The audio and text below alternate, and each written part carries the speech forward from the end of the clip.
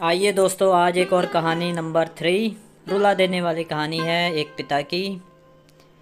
किसी गांव में एक बूढ़ा पिता था जो अपने बेटे और बहू के साथ रहता था। परिवार में सब लोग सुखी संपन्न थे।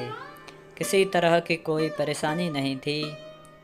पूरा परिवार खुश रहता था। बूढ़ा बाप, जो किसी समय अच्छा खासा नौजवान था, आज बुढ़ापे से हार गया था। चलते समय लड़खड़ाता था। अब तो सहारे के लिए लाठी की ज़रूरत पड़ने लगी थी। चेहरा झुर्रियों से भर चुका था। बस अपना जीवन किसी तरह व्यतीत कर रहे थे। घर में एक चीज़ अच्छी थी कि शाम को खाना खाते समय पूरा परिवार एक साथ टेबल पर बैठकर खाना खाता था। एक दिन ऐसे ही शाम को सारे लोग खाना खाने बैठे थे। बेटा ऑफिस से आया, भूख ज़्यादा लगी हुई थी, इसलिए जल्दी से खाना खाने बैठ गया। और साथ में बहू और एक छोटा सा बेटा भी खाने लगे। बूढ़े पिता के हाथ जैसे ही थाली उठाने को हुए, थाली हाथ से छिटक गई और थोड़ी दाल टेबल पर गिर गई। बहू बेटे ने घृणा की दृष्टि से पिता की ओर देखा और फिर से अपना खाना खाने में लग गए। बूढ़े पिता ने जैसे ही अपने हिलते हाथों से खाना खाना शुरू किया, तो खाना कभी कपड़ों पे गिरता तो कभी ज़मीन पर। बहू ने चिढ़ते हुए कहा, हे राम, कितनी गंदी तरह से खाते हैं। मन करता है इनकी थाली किसी अलग कोने पे लगवा देते हैं। बेटे ने भी ऐसे सिर हिलाया जैसे पत्नी की बात से सहमत हो। नन्हा पोता यह सब मासूमियत से देख रहा था। अगले दिन बूढ़े पिता की थाली उस टेबल से हटाकर एक कोने में लगवा दी गई।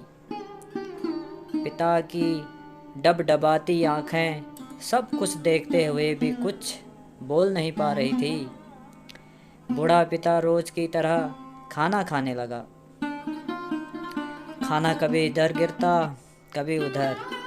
छोटा बच्चा पोता अपना खाना छोड़कर लगातार अपने दादा की तरफ देख रहा था। माँ ने पूछा, क्या हुआ बेटे, तुम दादाजी की तरफ क्या देख रहे हो और खाना क्यों नहीं खा रहे?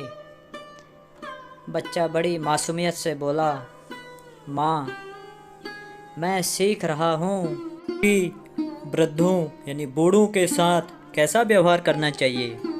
जब मैं भी बड़ा हो जाऊँगा और आप लोग बूढ़े हो जाओगे, तो मैं भी आपको इसी तरह कोने में खाना खिलाया करूँगा। बच्चे के मुंह से ऐसा सुनते ही बेटे और बहू दोनों कांप उठे। शायद बच्चे की बात उनके मन में बैठ गई थी, क्योंकि बच्चे ने मासूमियत के साथ एक बहुत बड़ा सबक दोनों लोगों को दिया था।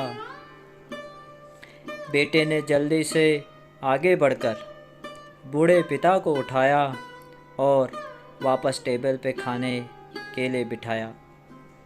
और बहू भी भागकर पानी का गिलास लेकर आई कि पिताजी कोई तकलीफ़ न हो। तो साथियों, माँ बाप इस दुनिया की सबसे बड़ी पूंजी हैं। आप समाज में जितने भी इज्जत कमा लें या कितना भी धन इकट्ठा कर लें, लेकिन माँ बाप से बड़ा धन इस दुनिया में कोई नहीं है। यही इस कहानी से शिक्षा मिलती है और मैं आशा करता हूँ मेरा इस कहानी को दिखाना ज़रूर सार्थक होगा। धन्यवाद मेरी यह तीसरी कहानी सुनने के लिए। धन्यवाद।